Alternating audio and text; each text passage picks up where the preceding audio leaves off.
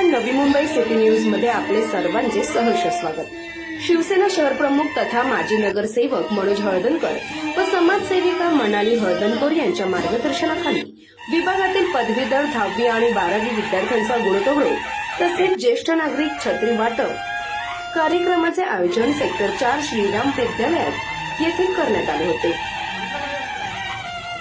कार्यक्रमाची सुरुवात शिवसेना जिल्हा प्रमुख द्वारकानाथ भोईर यांच्या हस्ते छत्रपती शिवाजी महाराज यांच्या पुतळ्यास हार घालून अभिवादन केले।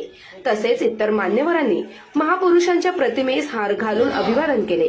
यावेळी मान्यवर माजी नगरसेवक यांनी दीप प्रज्वलन केले। व्यासपीठावर जिल्हा प्रमुख द्वारकानाथ भोईर, माजी नगरसेवक जगदीश गवते, राजू पाटील, आकाश मडवी, राम आशिष यादव, बहादूर पीस, ॲडव्होकेट जब्बार खान, ॲडव्होकेट रवींद्र पाटील, समाजसेवक अंकुश सोनावणे, जिल्हा प्रमुख गगनदीप कोहली, विभाग प्रमुख बंडू केळणी, हर्षदीप कोहली, डॉक्टर भांगे यांचे स्वागत करण्यात आले।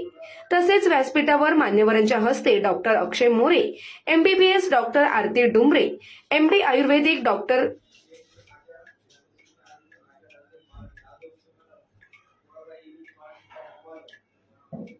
MD ayurvedic doctor Riki Shahu, PhD biotechnology, UPSC India, rank 316, Shri Niljay Prakash Sharma, पदवीधर, डॉक्टर्स, वकील, UPSC MPSC असे विविध उल्लेखनीय कामगिरी केलेल्या यांचा शाल सन्मान चिन्ह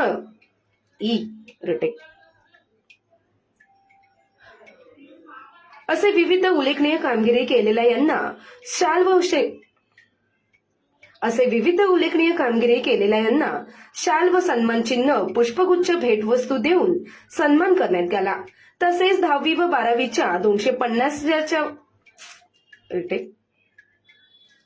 असे विविध उल्लेखनीय कामगिरी केलेल्यांना शाल व सन्मान चिन्ह, पुष्पगुच्छ, भेटवस्तू देऊन त्यांचा सन्मान केला गेला। तसेच 10वी व 12वी 250च्या वर विद्यार्थ्यांचा गुणगौरव करण्यात आला। प्रभागातील ज्येष्ठ नागरिक, महिला, पुरुष यांना 500हून अधिक छत्रीचे वाटप केले गेले। मनोज हळदणकर यांच्या कार्यक्रमाचे कौतुक करण्यासाठी व्हिडिओ कॉलद्वारे खासदार नरेश म्हस्के यांनी व्हिडिओ कॉल करून कार्यक्रमाला शुभेच्छा दिल्या। तसेच द्वारकानाथ भोईर यांनी देखील मनोज हळदणकर व मनाली हळदणकर यांचे शाल व पुष्पगुच्छ देऊन त्यांचे कौतुक केले। या प्रसंगी मोठ्या प्रमाणात विद्यार्थी, विद्यार्थिनी, नागरिक मोठ्या प्रमाणात उपस्थित होते।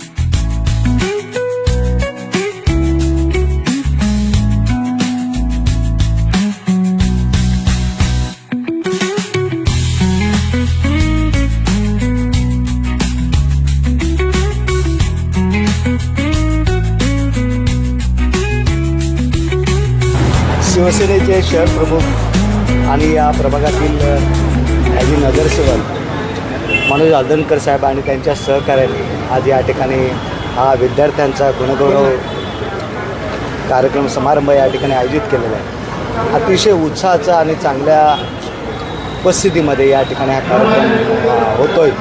खरं म्हणजे या कार्यक्रमाचे मुख्य पाहुणे सन्माननीय खासदार नरेश म्हस्के साहेब हे होते, परंतु तातडीच्या कामामुळे त्यांना दिल्लीला जावं लागलं, त्यामुळे ते या ठिकाणी येऊ शकले नाही। परंतु त्यांनी फोनवर शुभेच्छा दिलेल्या आहेत आणि मनोज आदनकर साहेब हे या ठिकाणी ऐरोलीमध्ये सातत्याने कार्यक्रम घेत असतात। मग तो विद्यार्थ्यांच्या शैक्षणिक दृष्टीने असू द्या, आरोग्याच्या दृष्टीने असू द्या, रक्तदान करण्याच्या अनुषंगातून असू द्या किंवा एखादी आलेली आपत्ती असू द्या, ह्या सर्वांमध्ये हिरिरीने पुढाकाराने भाग घेऊन इथल्या नागरिकांना दिलासा देण्याचं काम आदनकर साहेब करतात।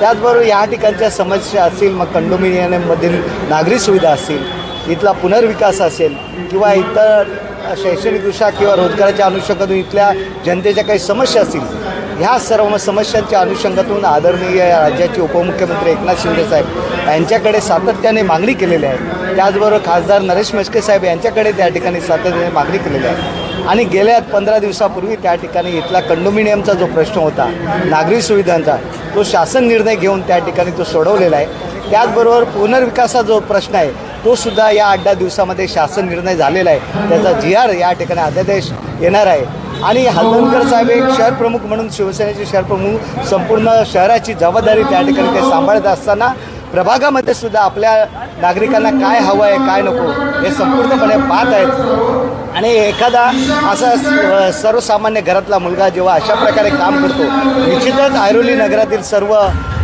जनता त्यांच्या पाठीमागे उभे राहील आणि भविष्यामध्ये त्यांना पुनश्च महानगरपालिकेच्या अनुषंगाने आशीर्वाद देतील एवढी मला आशा आहे आणि सदिच्छा। आज खऱ्या अर्थानं खासदार साहेबांचा सन्मान या नगरीमध्ये होणार होता। गेल्या वर्षभराच्या कालावधीमध्ये त्यांनी जी कामं या ठिकाणी केलेली होती, किंबहुना त्यांना सुरत्न पुरस्कार, त्याबद्दल या ऐरोली नगरातला सगळ्यात महत्त्वाचा मुद्दा कंडोनियमचा। आणि काही घरं अशी आहेत जी सदनिका विकत घेतलेली आहेत परंतु नावावर झालेली नाहीत, अशा सदनिकाधारकांसाठी दिलासा देणारा ट्रायपार्टी ॲग्रीमेंट आणि माझ्या प्रकल्पग्रस्त बांधवांसाठी सीमांकन 200 मीटरची सीमा या ठिकाणी निश्चित करण्याचा प्रस्ताव मंजूर झाला।